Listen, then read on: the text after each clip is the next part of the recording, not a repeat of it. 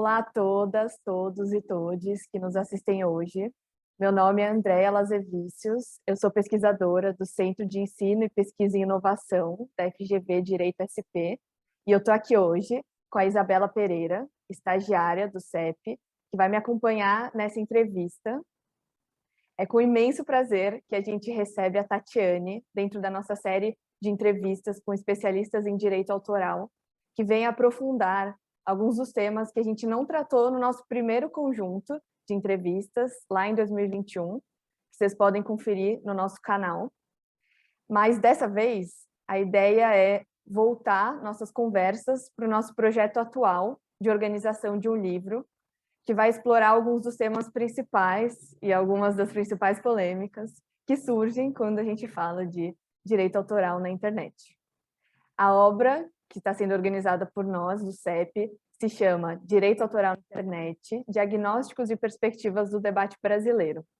Nós tivemos a felicidade de ter como prefaciadora a ministra Nancy Andrighi, além de nomes já consolidados na área, e também novos pesquisadores e pesquisadoras para debater de uma forma mais geral onde a gente está e para onde a gente está indo, ou deveria ou poderia estar indo, no debate sobre a reforma da nossa já tão falada Lei de Direitos Autorais. A ideia agora é a gente escutar, então, um pouco os autores e autoras dos artigos e ensaios do livro, para poder ouvir um pouco suas vozes, além de ler suas palavras, e conhecer melhor seus campos de pesquisa, eventuais pontos que ficaram de fora dos seus textos. Quem sabe também perceber como, por mais que a LDA atravesse os anos com poucas ou quase nenhumas alterações, as discussões sobre a reforma estão sempre em transformação, sempre em mudança, assim como Tati. Ótima apresentação, muito obrigada. Para começar a conversa, então, e poder situar um pouco a gente nesse debate, nesse tema tão importante, eu queria, então, começar te pedindo para apresentar bem brevemente o seu ensaio, por favor. Tá certo. Então, primeiro, pelo título do meu ensaio, o título é O Impacto do Direito Autoral Brasileiro e das Plataformas Digitais na Cultura LGBTQIA+, online. E assim, eu parto do pressuposto em relação ao direito autoral, né, que é o nosso tema, pano de fundo do livro, né, que o direito autoral ele exerce um papel fundamental no controle da cultura online hoje. A gente não fala só de proteção de obra, mas sim de incentivo à cultura, de acesso à cultura. Então, ele vai incentivar a criação de novas obras por meio da garantia de remuneração e proteção de obra, né, contra esses usos não adequados a partir do ponto de vista do autor, mas ele também garante esse espaço para a chamada cultura do remix, né, que acaba sendo muito manifestada hoje digitalmente. A cultura do remix, basicamente, ela é a ideia de criação de obras em cima de obras. Eu chamo de obras derivadas, né? A gente chama de obras derivadas isso. Que eu vou acabar falando um pouquinho mais para frente, provavelmente, porque são dos pontos centrais do meu ensaio. A ideia é que o direito autoral ele é visto, né, como uma ferramenta que permite esse tipo de criação, com a ideia do rol de exceções, né, limitação dos usos. Então, nos Estados Unidos a gente fala de fair use, aqui no Brasil alguns juízes começaram a querer falar sobre isso, mas enfim, a gente fala sobre esse rol que é exemplificativo aqui no Brasil, de usos que a gente pode fazer de obras sem necessariamente pedir a autorização do autor para poder usar essas obras. E esse rol, né, acaba fundamentando basicamente a cultura brasileira online, principalmente quando a gente vê memes. Memes é basicamente isso, né? A gente está usando várias obras protegidas, músicas, tudo mais. Funks usam vários samples, né? Vários trechinhos de obras para poder, enfim, criar, se empoderar, e enfim. Então, são alguns pouquinhos exemplos de como que o direito autoral poderia, né, ser essa ferramenta, mas aí agora trazendo para a discussão do meu ensaio, né, que é controle da cultura, né, pelas plataformas e pensando na questão da comunidade LGBTQIA+, eu foco em dois pontos, assim, dois pressupostos que assim, as denúncias processadas em segundos, né, muito rapidamente pelas redes sociais, elas acabam mostrando um descuido nocivo para esses grupos vulneráveis, como a comunidade LGBTQIA+. Junto a isso, parte de um outro pressuposto que as plataformas, elas são serviços, né, oferecidos por empresas privadas, que acabam moderando de formas diferentes a partir, né, do que elas entendem melhor como deveria ser moderado o conteúdo dos usuários, né? Então, juntando esses dois pressupostos, né, que a academia acaba discutindo bastante, eu trago a questão da falta de transparência e a impossibilidade de discussão sobre o que é o legal, o que é o possível de ser postado. A gente fala de conteúdos problemáticos, né, tanto em relação ao direito autoral quanto conteúdos sensíveis. A questão do vocabulário LGBTQIA+, acaba caindo nesses conteúdos sensíveis, apesar de não necessariamente serem nocivos, mas sim empoderadores, enfim. Esse é meu ponto de discussão, assim, as regras das plataformas acabam sendo automaticamente aplicadas, sem uma análise caso a caso, dificulta a criação de um espaço aberto para debates, para empoderamentos, e os discursos acabam sendo interpretados sem olhar o contexto local, linguístico, cultural e social. Então, fechando, só para eu não ficar me alongando muito, a ideia, para mim, né, que eu defendo nesse ensaio, é que uma nova regulação autoral, né, tendo para o futuro do debate no Brasil, é que a gente deveria, sim, trazer pautas discriminatórias, inclusive no debate sobre regulação de plataformas em relação a direito autoral, a conteúdo nocivo. A gente tem que ultrapassar um pouco essa ideia de discussão sobre só remuneração de artistas. Eu acho que ela é super fundamental, mas a gente também tem que olhar para essa parte, né, de o que está sendo entendido como um conteúdo nocivo e se ele realmente ele é nocivo, né? Questionar isso a partir das nossos meios de produção hoje, os nossos entendimentos do que é arte hoje, enfim, todas discussões muito interessantes. Mas é isso, eu espero que tenha sido breve, mas, enfim, acho que foi suficiente. Muito obrigada, Tati, pela apresentação. Então, partindo para a primeira pergunta, eu gostaria de começar falando que você mostrou em seu ensaio como, dentro de certas plataformas, discursos progressistas e palavras ligadas a movimentos identitários podem ter dificuldades de circular, de serem monetizados e, consequentemente, visualizados, né? Isso reflete um fenômeno que vem sendo apontado há algum tempo por diversas minorias sociais, que é o da discriminação digital, e muitas vezes algorítmica, automática, né? Queríamos, então, nessa primeira pergunta, que você falasse sobre esse panorama mais amplo de proximidade das pesquisas, sobre diversidade e combate às opressões, com a área de tecnologia e, mais especificamente, do direito digital. Quais aspectos do funcionamento da internet e da plataforma, né, das plataformas, melhor dizendo, precisam ser considerados e questionados quando olhamos para essa necessária intersecção? Bom, excelente pergunta. Quem dera fazer um doutorado sobre isso, mas enfim, vamos lá fazer algumas considerações. Uma hora você chega lá. Então, a questão é entender o que eu quero de doutorado, né? Porque tem tanta coisa interessante que é difícil. Mas, pensando em algumas considerações, assim, eu acho que são duas perguntas que eu acho que a gente sempre tem que tentar responder. A primeira é quem controla, e quem controla em sentido amplo.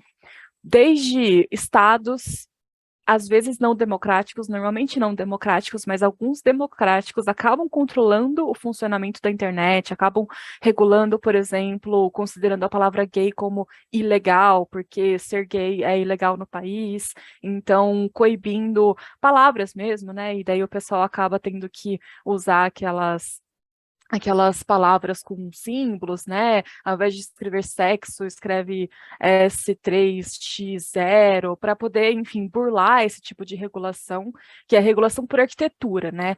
Quem que está regulando a arquitetura da internet, como que ela funciona? Então, esse é um primeiro ponto que eu acho interessante dentro do quem controla. Quem também faz a moderação humana, né? Quem está naquele processo de revisão, quase toda plataforma tem uma etapa humana. Normalmente, a humana é o padrão e a automática são para essas plataformas que são maiores, que têm um volume maior, né? Que tem o problema da escala que a gente fala, né? Que é resolvido pela automação da moderação de conteúdo. Normalmente, enfim, a etapa humana, então, a gente tem que pensar no cuidado com a capacitação dessas pessoas para elas entenderem que elas estão controlando a liberdade de expressão de pessoas, sabe? Para não reproduzirem preconceitos, para entenderem contextos, a língua e tudo mais, né? Tem vários relatórios muito interessantes que mostram como a gente tem no mundo mais de, acho que, se eu não me engano, posso estar falando besteira, mas acho que são mais de 200 línguas oficiais e cerca de 40 línguas o Facebook consegue ler e consegue moderar. E então a gente tem um déficit enorme de línguas que o pessoal acaba usando. É claro que a gente não está falando de milhões ou bilhões, a gente está falando de uma escala menor, mas ainda assim são oficiais, são usadas por governos. Então tem pessoas que usam elas na internet e a plataforma não consegue moderar, seja para o bem, seja para o mal. Então eu acho interessante a gente também pensar nessa questão da moderação humana, quem que está por trás realmente no dia a dia, né? Vendo aqueles posts e regulando. Também a gente tem uma coisa que eu já dei um spoiler na minha introdução, né, do ensaio, é a questão que as plataformas elas têm interesses, né, em regular. Tanto mercadológicos, porque elas querem sempre manter o seu mercado e expandir o seu mercado, quanto elas acabam respondendo a regulação governamental, né? Governos criam responsabilidade de intermediários para poder exigir um comportamento regulatório de plataformas. Então, isso é importante a gente pensar, né? Quais interesses reais estão por trás, por exemplo, daquelas cartas que Facebook ou Google publicam falando que são transparentes, que se preocupam com os direitos dos usuários. Enfim, tem que ver se realmente é só um discurso ou se realmente está no termos de uso, tudo isso que eles prometem, porque os termos de uso são as leis deles, né? São como eles regulam.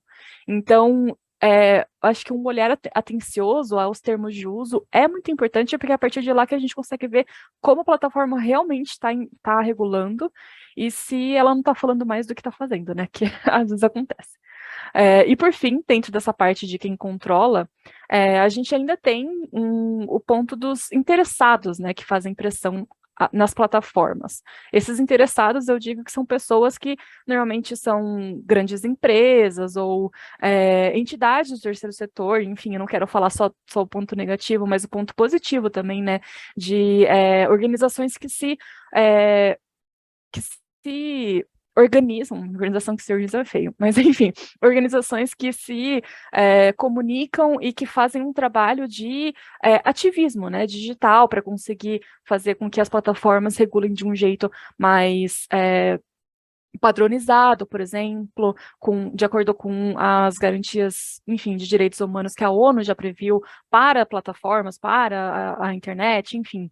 Mas também a gente tem grandes empresas que fazem lobby, principalmente para conseguir fazer com que seus interesses sejam resguardados pelas plataformas, ou até utilizam de forma abusiva as tecnologias disponíveis nas plataformas para poder atingir seus fins. Vou dar um exemplo do caso do Felipe Castanhari, que é um produtor de conteúdo aqui brasileiro, bem famoso, e ele falou que o canal dele tem quase mais de milhões assim, de visualizações e tudo mais, o canal dele quase foi removido, né, foi bloqueado, porque a Fox ficou fazendo denúncias ao conteúdo dele, mas ele alegava que o conteúdo dele não estava competindo com a obra, porque ele estava trazendo, por exemplo, conteúdo dos Simpsons.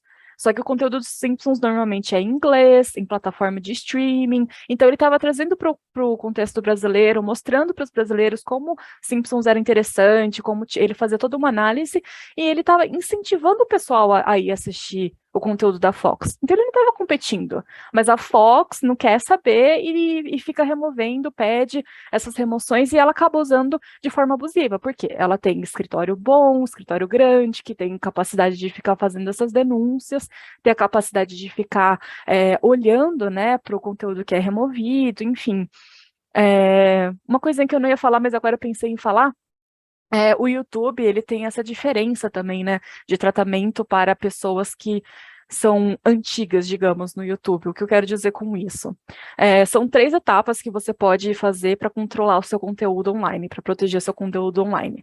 A primeira é você pedir remoções individualmente, por meio de formulário ou algo do tipo. É bem específico, e isso é para o pessoal, para qualquer pessoa. Por exemplo, se eu comecei a produzir conteúdo, eu vou lá e começo a fazer esse monitoramento manual.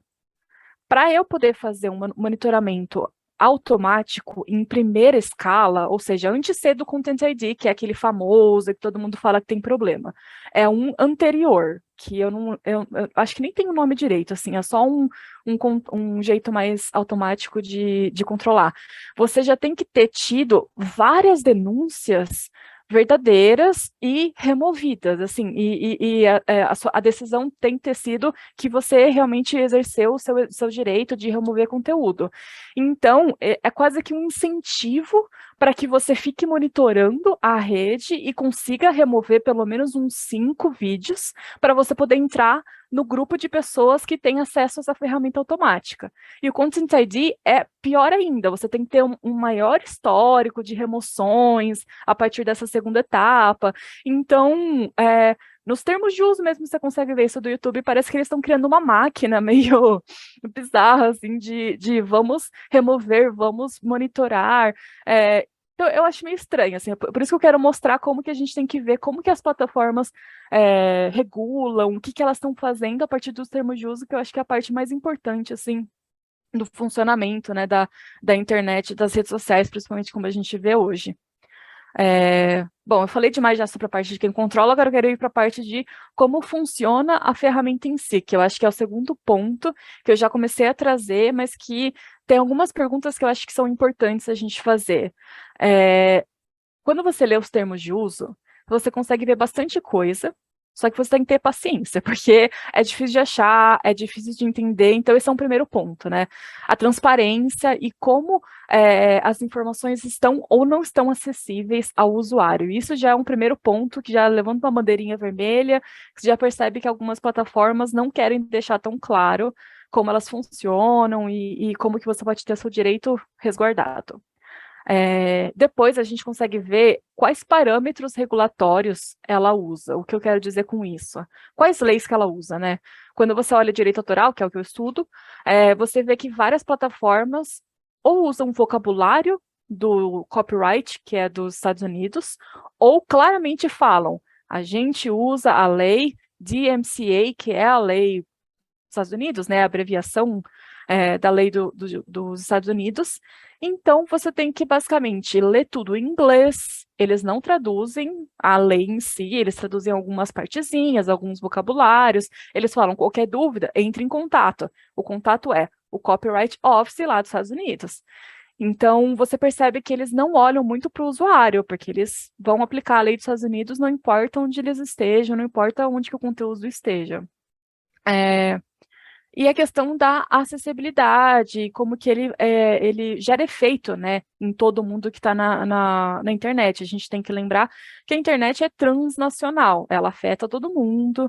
A gente tem até um princípio o princípio do país mais fraco, né, que normalmente, quando uma empresa vai atuar em mais de um país, ela vê todas as regulações e ela vai escolher o país mais fraco de regulação, porque daí ela consegue se aproveitar das brechas, consegue, enfim, ter uma flexibilidade maior porque ela se aproveita disso. Então, quando você pega os Estados Unidos, que acredita na ideia, né, de incentivar a cultura e a proteção autoral é muito baixa, assim, não baixa, mas é muito restrita, eles têm aquele fair use, que é, enfim, o entendimento de que, basicamente, quase tudo que você quiser criar em cima de uma obra, você pode, não tem muitas limitações.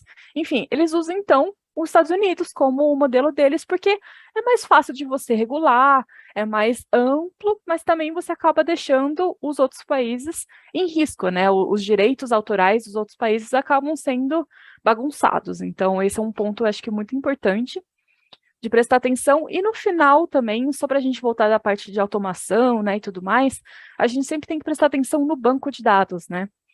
E esse é um ponto muito importante, porque o banco de dados ele pode reproduzir preconceitos ou ele pode, no caso dos direitos autorais, proteger muito algumas partes, proteger muito algumas empresas, porque, por exemplo, elas conseguem dar muito mais conta de proteger o seu conteúdo. Se a Fox coloca 50 mil conteúdos lá, e eu coloco 5, é óbvio que a Fox vai ter muito mais denúncia aprovada, muito mais remuneração, né, indenização. Então, a gente também tem que discutir isso, não só os bancos de dados de treinamento de máquinas, né, que é o que a gente fala quando a gente fala de discriminação algorítmica, quando bancos já têm esse preconceito embutido neles, mas também essa questão de quem que está usando a ferramenta, de que forma, de forma abusiva, que eu já expliquei na parte de quem controla e agora eu retomei nos bancos de dados. Então é isso, eu acho que eu falei demais, então depois eu vou retomar com algumas recomendações de leitura, eu acho, mas por enquanto é isso dessa primeira pergunta. E obrigada pela pergunta. Tati, muito obrigada. A segunda pergunta é justamente sobre a parte de legislação, que você pensou muito bem, muito obrigada. Ao longo do seu ensaio, né, nós percebemos a existência de um tratamento diferenciado, realmente, ainda que acidental, dos conteúdos produzidos por pessoas LGBTQIA+, ou outras minorias também, e que evidencia a reprodução de contradições da nossa sociedade também nas redes, como uma extensão do homem, né? Mas no caso do controle de conteúdo pelas plataformas, da perspectiva de direito autoral, aquele controle, ou seja, né, aquele controle que remove conteúdos supostamente violadores da nossa legislação, tem alguns pontos, né? Você acredita que há um tratamento diferenciado, uma discriminação negativa das criações feitas no âmbito dessa comunidade? E, por outro lado, considerando todas as discussões culturais e de opressões desenvolvidas no texto, deveria haver um outro posicionamento frente a esses grupos? Legal, excelente pergunta também. Eu responderia, na verdade, a primeira parte dessa pergunta em 2 caminhos, um dentro da lógica do direito autoral e o outro indo além. Então, começando pela em relação ao direito autoral, eu diria que a questão para mim é que o modo que a nossa Lei de Direitos Autorais, né, LDA, que ela regula hoje os conteúdos passíveis de uso, né, sem autorização do autor, esse modo faz com que as comunidades, como a LGBTQIA+, mas eu já digo que não é só ela, né, eu só foco nela porque é sempre bom recortar quando a gente faz pesquisa, né, todo mundo sabe disso. Então, recortando para LGBTQIA+, essa comunidade usa muitas obras derivadas para se empoderar, para se identificar, para se sentir ouvida.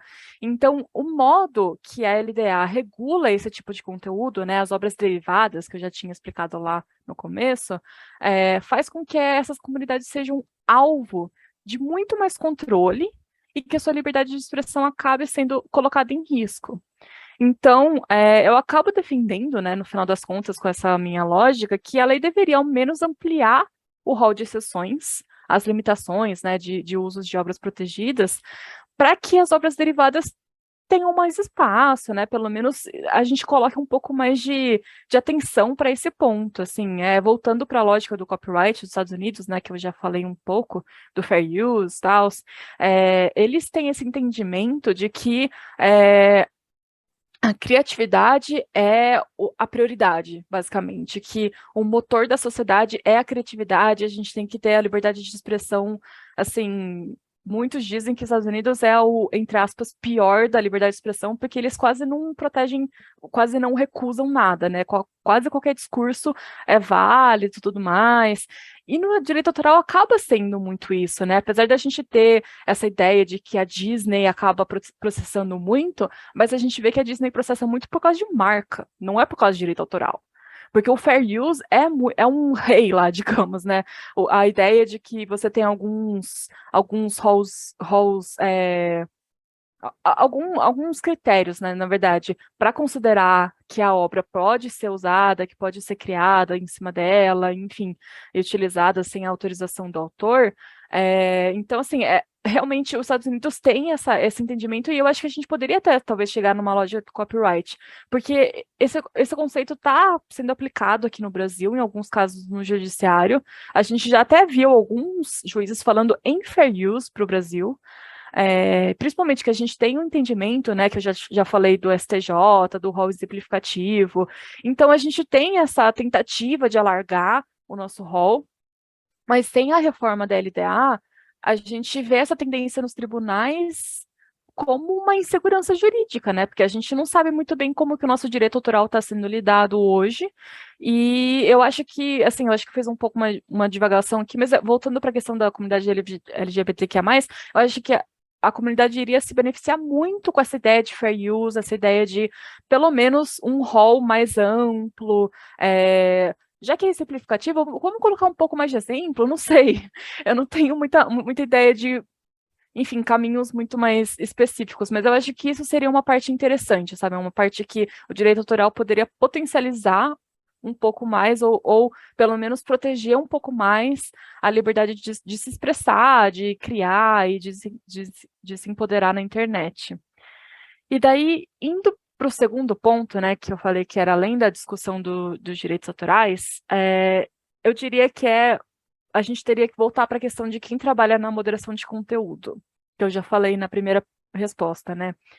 Que, assim, as plataformas regulam conteúdo do jeito que elas querem, já falei isso. Os estados interferem, sim, criando, né, responsabilidade de intermediários, tudo mais. Mas eu acho que quem acaba tendo um impacto bem mais real e cotidiano na liberdade de expressão da comunidade LGBTQIA+, é quem está olhando os posts e falando se isso é permitido ou não. Porque, de novo, o pessoal tem que ser local, tem que falar língua, tem que entender minimamente a cultura, aspectos sociais, senão eles não vão entender. E eu acho que é esse meu ponto. Capacitar esse pessoal, empoderar esse pessoal, não sei como, mas verificar a possibilidade deles serem preconceituosos, né, com a comunidade LGBTQIA+, porque isso é uma grande questão. Eles não vão admitir que eles são homofóbicos, mas, né, enfim, a gente pode ter esse viés sendo reproduzido no controle do conteúdo. Eu acho que são pontos que a gente tem que levar em consideração e que a gente fala muito pouco no Brasil sobre a atividade do moderador, né, o cotidiano dele. E, enfim, eu acho que esses são os dois pontos, assim, maiores para poder responder essa primeira parte da pergunta. E sobre a questão do tratamento diferenciado, né? Se a gente deveria ter, talvez, uma discriminação positiva, já que você falou em negativa, né, do conteúdo LGBTQIA+. Eu acho que eu tenho medo em falar sobre qualquer tipo de discriminação, mesmo por mais melhor e positiva que ela seja, porque quando ela vira automático, meio que sai do controle, e eu tenho medo disso. Então, eu volto no meu ponto do direito autoral, que eu acho que ele tem que ser expandido, ou pelo menos repensado. A gente tem que olhar as novas formas de produção, as necessidades do produtor de conteúdo hoje, as novas obras, né, as novas artes que surgem, NFT e todas aquelas viagens que existem de artes, a gente tem que entender como que elas estão surgindo e como elas estão funcionando hoje e ver como o direito autoral tem que ser expandido. Infelizmente, a gente tem o direito sempre muito lento, então a gente nunca vai conseguir regular tudo, mas a gente consegue fazer uma lei que seja inteligente para conseguir abarcar também essas novas situações que surgem e não ficar defasado, e não ficar ignorado pelos juízes porque não funciona, sabe? Então, eu acho que talvez esse seja um caminho, principalmente em relação ao direito autoral, mas eu espero que também abra um pouco para a parte de moderação de conteúdo e os conteúdos considerados como problemáticos, né? Que é uma coisa que sempre é reinventada e eu acho que também vai fazer muita diferença no futuro. Tati, obrigada pela sua resposta.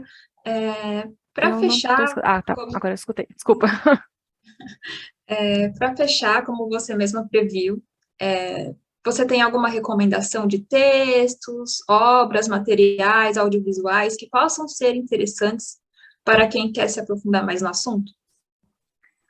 Perfeito. Então, começando, acho que, já que eu falei na primeira pergunta sobre quem controla, né, a internet e tudo mais, um dos livros, eu acho que é um livro, agora eu estou em dúvida, mas eu acho que é um livro, chama Who Controls the Internet? Illusions of a Borderless World.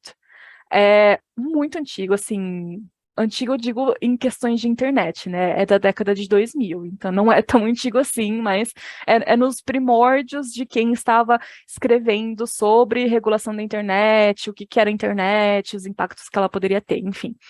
O Tim Wu e o Jack Goldsmith, eles escreveram essa obra que é excelente. Eu li quando eu era estagiária do CEP e, assim, para mim mudou a minha vida. Então, Isa, por favor, brincadeira. Mas é uma recomendação para todo mundo que está em casa, que queira entender sobre regulação da internet. Ele, junto com o Lessig, que é o Code, versão 2.0, porque ela já foi atualizada, excelente para entender aquela questão da arquitetura da internet que eu falei, quem que está controlando, quem que está regulando realmente o funcionamento da internet. Então, são duas obras que eu acho excelentes. Mas daí, passando para outros tipos de conteúdo, além do livro, né, que está saindo e que eu quero só reforçar que a gente precisa colocar ele nessa lista, porque vai ter tanta coisa interessante que com certeza vai ser bom para quem quer se aprofundar. Duas coisas que não são obras ou livros grandes. Primeiro, são as mesas do FIB desse ano, 2022, que trataram um pouco sobre o tema que eu falei aqui, sobre vários temas, né, que eu trouxe aqui. Então, uma que aconteceu no dia 2 de junho, chamando Autorregulação em Perspectiva, Comunicação Política e Moderação de Conteúdo. Acho excelente essa mesa, eu acho que vale muito a pena conferir. E a segunda, que é mais voltada para o conteúdo LGBTQIA+, que é Inclusão para além do mês do orgulho, como amplificar vozes LGBTQIA+, na internet, que aconteceu no dia 3 de junho. Acho que são duas mesas, assim, foram excelentes para entender várias perspectivas sobre esses debates que eu trouxe aqui, e vale a pena. E a última, eu prometo que é a última, é um relatório de pesquisa do Internet Lab, nossos parceiros, de 2019, inclusive eles vão estar no livro, né? Então eles vão estar numa entrevista aqui, não sei se já foi ou se será, mas enfim. Essa pesquisa de 2019 chama Drag Queens e Inteligência Artificial. É uma pesquisa que analisou o potencial impacto sobre a circulação de conteúdo LGBTQIA+, do uso de ferramentas de inteligência artificial para a moderação de conteúdo em plataformas. Então, eu acho, assim, excelente. Eles analisaram os tweets das drag queens e compararam para ver o quão tóxico que o Twitter considerava ser o discurso das drag queens, para entender como que esses conteúdos problemáticos não necessariamente são nocivos, mas empoderadores, enfim, é uma discussão super interessante, foi bem empírica essa pesquisa, então acho que vale a pena vocês darem uma olhada. E eu acho que é isso. Obrigada pelas perguntas. A gente que agradece, Tati, tanto as respostas, as recomendações. Algumas eu ainda não conheço, quero já. Bom que você está aqui perto, porque eu já vou te pedir todas. Acho que ao longo também da entrevista você esclareceu muitos pontos muito importantes e também pertinentes, né? Tanto para quem se interessa pelo tema, para quem já estuda ou para quem está se aproximando, né? A gente sabe que são questões que a gente não escolhe ter que lidar. Quem está na internet está vivenciando todas essas dinâmicas, né? O que você falou, quem controla, como funcionam essas ferramentas, né, que às vezes para a gente parece caixa preta, a gente não sabe, e como essa automação, ela é muitas coisas, mas ela não é simples, ela não é neutra, né? Então acho que o debate que você fez antidiscriminatório, né, questionar esse sujeito universal, também na internet, né? A gente fala de usuário, quem é esse usuário? De que país ele é? Vamos falar de diversidade, né? Quando a gente fala dele, acho que você trouxe muita coisa para a gente começar, deu um ótimo gostinho do que está no seu ensaio. Então, agradeço muito novamente pela entrevista. Reforço que você mencionou vários pontos que estão em outros dos textos, que vão ser aprofundados nas próximas entrevistas. Então, eu agradeço também a todos, todas, todes que acompanharam a gente, que ouviram. Recomendo que vocês olhem nossa página, vejam os outros conteúdos que a gente tem lá, acompanhem as próximas entrevistas e o livro que sairão por aí. E deixo, então, até logo para todo mundo. Tchau, tchau.